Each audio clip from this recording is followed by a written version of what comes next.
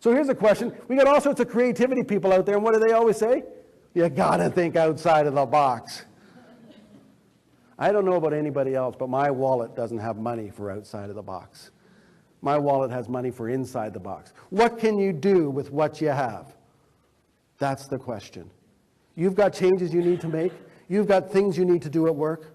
What can you do with what you have? Take small steps. See, so often we try and do, well, we can't do the whole big grandiose thing. So what do? The next best thing? Nothing. What can you do with what you have? September 11, 2001, Rudy Giuliani faced a terrible tragedy with the Twin Towers. That night, he went home and read the writings of Winston Churchill.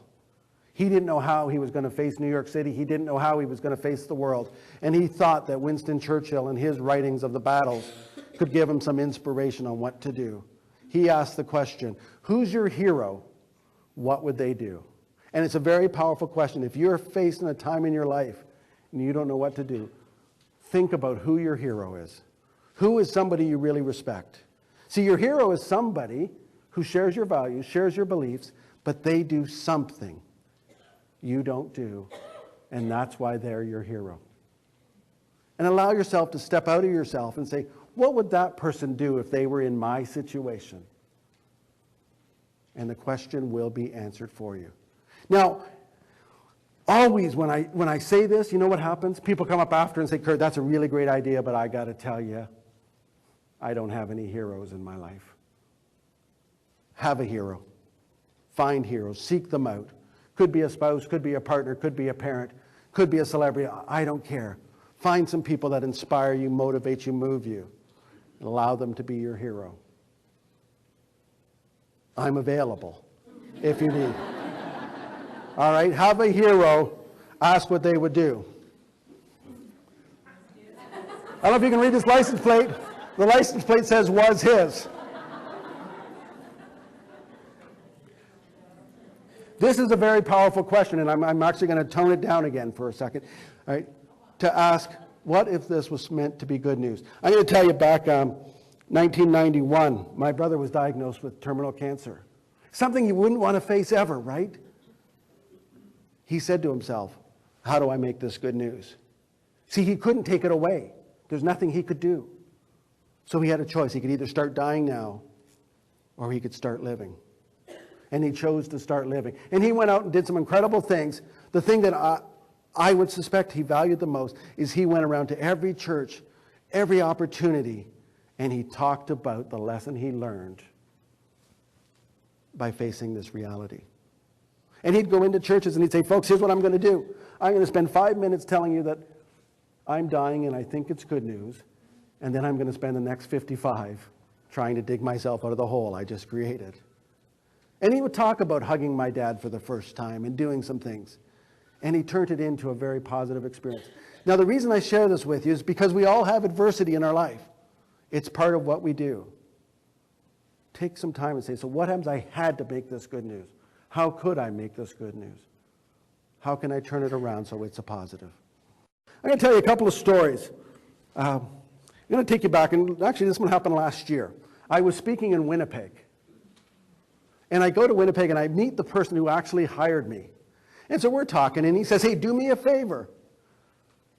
Don't be too rough on the Easterners out here because they tend to whine. And then he looked at me and said, I'm just joking. He says, I'm actually from Brantford, Ontario myself. And I looked at him and said, so am I. And he says, yep, I was born there in 1962. Why he chose to tell me that, I don't know, but he did. I looked at him and said, so was I. I was born in 1962 in Brantford as well. And then I decided to tell him that I lived on Seneca Crescent. And when I picked him up off the floor, he said, so did I. We were next door neighbors. This man from Edmonton, I from Mississauga, until I was 5 years old, lived side by side in Brantford, Ontario. And I said to him, I remember your dad. He gave me this little red Massey Ferguson tractor with a little steering wheel turned and rubber exhaust pipe.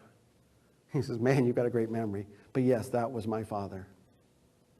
Small world, isn't it? Tell you another story. A few years ago, my niece from Calgary comes to see me, and I'm known as Uncle Buck.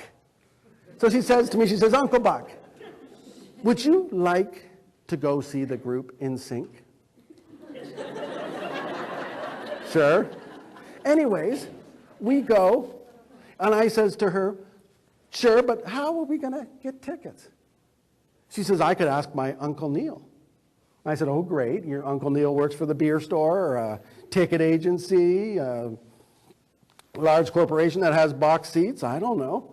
She says, no, my Uncle Neil's a musician. And I said, oh, cool. So this is great. We're going to walk in and say, what, NSYNC, can we have 2 tickets to your concert? And anytime you're in St. Catharines, Ontario, come by the Pah Club and join us for a free drink. She said, no. Uncle Neil is a musician in a big group. Now, we're not that big of a family. I'm looking at her and saying, like, what big group could Uncle Neil be in that I wouldn't know about? Anybody with me on this? She looked at me and said, he's the drummer for Rush. Uncle Neil is Neil Peart, the drummer for Rush. I never knew I had an Uncle Neil in my family. And I tell you that because I want to share the idea how small this world really is.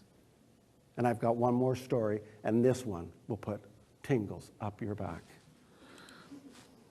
Not that I'm planning a suggestion or anything. I want you to look at that picture. That is my Grandma Skene. Grandma Skene standing in front of the Church of Skene in the town of Skene in Scotland. Now you would understand that if Grandma Skene ever got a chance to go to the town of Skene, she might in fact stand in front of the Church of Skene and have her picture taken, right? Well, my wife comes to me one day because she's a scrapbooker. And she comes to me with this picture and she says, Curt, look at this picture.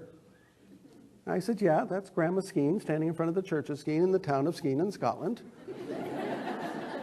And she said, Curt, look at this picture. And I said, well, that's kind of cool. The minister, dear, has your maiden name. She said, Curt, that is my grandfather. 19 years before Sharon, my wife from Vancouver, and I met, my grandmother was standing in front of her grandfather's church in Scotland, and we have the picture.